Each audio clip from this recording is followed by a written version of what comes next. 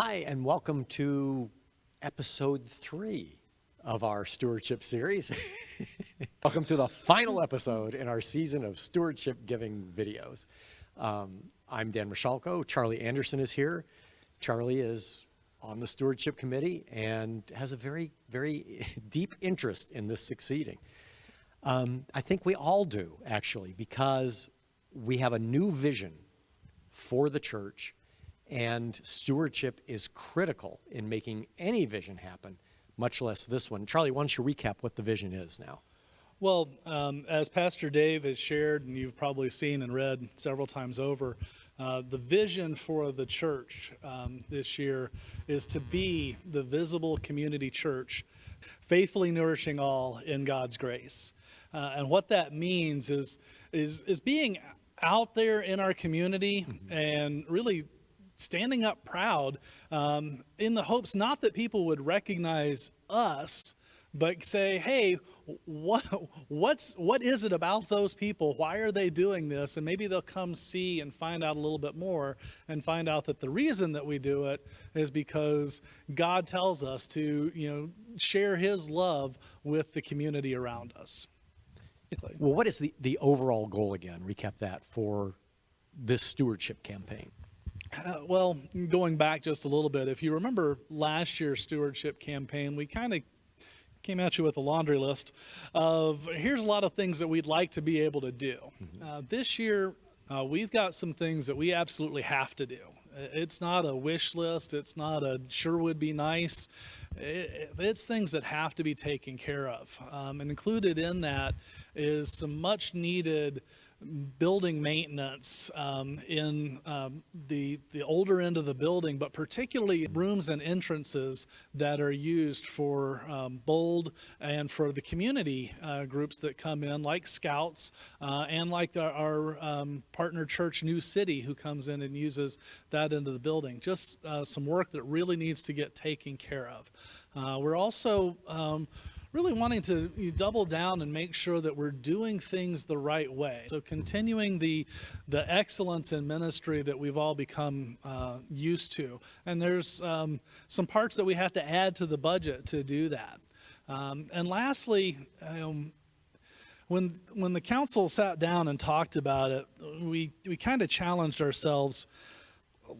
Let's think of our vision of what this is going to be like if we don't get to come back anytime soon. If we stay in this COVID concerned half here, half remote situation. And so one of the things that became really important was finding new ways, better ways to be able to connect with and communicate with different parts of our congregation.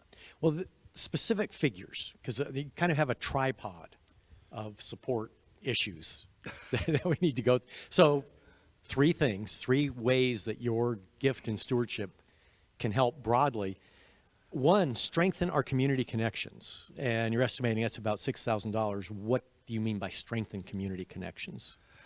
A lot of that is, making sure that our live stream, which was not planned for, by the way, comes out as high a quality as we can possibly do within reason. We don't want to set up, a big production studio, but we want to make sure that we're doing the best that we can with the assets that we have to share the message, and to make sure that we're telling the story to ourselves and to whoever else might be joining us that week. But keeping in mind, who we are and why we're here. Another thing that is involved in that is we have some faithful stewards who are asking questions and wanting to start putting together a church membership directory. So if you see surveys, if you hear communication about a directory, we really want your feedback in that. But this is also part of the plan. And then, like I mentioned earlier, that whole maintaining our ministry excellence is being able to provide a little bit more in terms of salary for our office administrator, being able to plan ahead for the additional copying and postage costs that are going to come about because we're mailing more things out to you, and things like that. So the second pod, which is the biggest of all, Yes. is respond to the growing needs of our community. How much of the stewardship campaign is that going for, and why do we need so much money for that?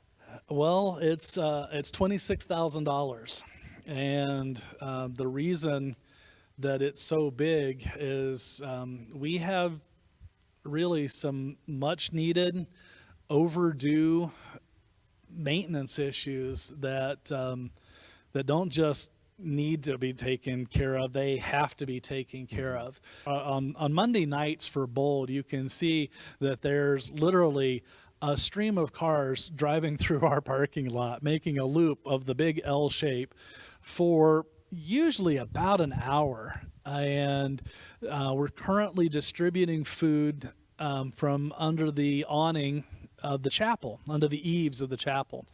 And the concrete that's there is probably still original from when the Coons donated the very tall steel cross that's out there.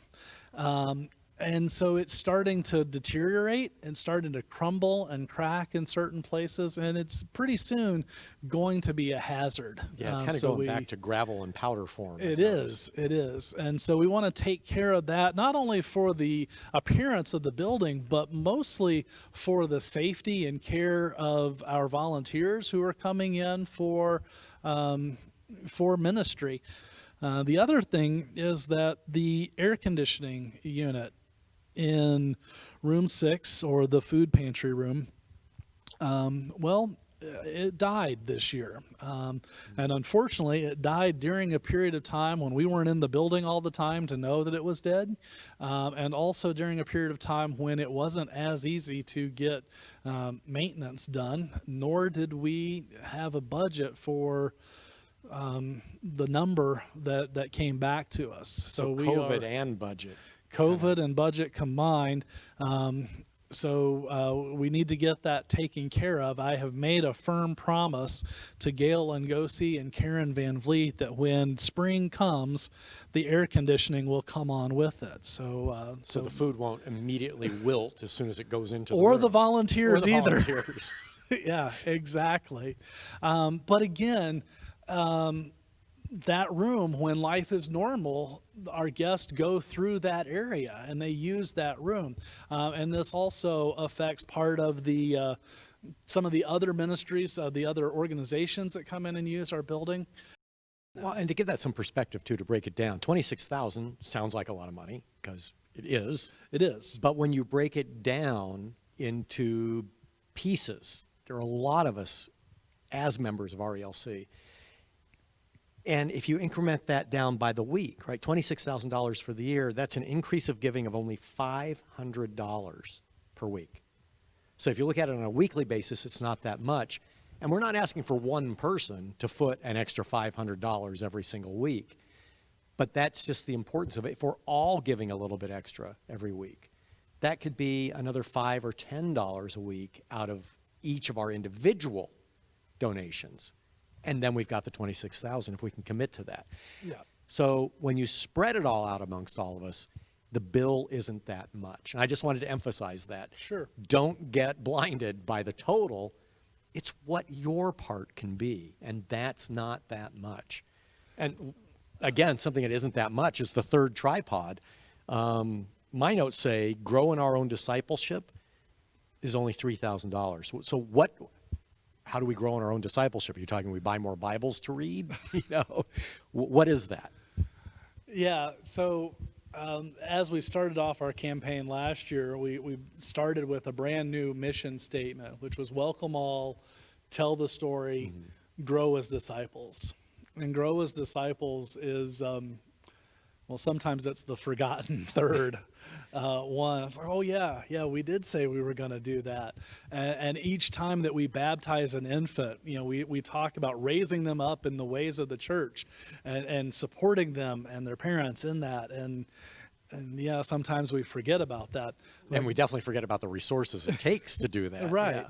So grow as disciples in this time means finding resources that we can, put in people's hands, distribute legally, not just make Xerox copies and not just tell everybody, hey, go check out this webpage and download it, but actually put together some materials for adults, for children, for high school and college age in between, so that we're all given that little bit extra nudge and a way to connect with the community at large. Because I will say, you can go through the narthex and pick up one of the little, Our Daily Bread pamphlets or Living Lutheran magazine or something like that, and those are great, but they're universal.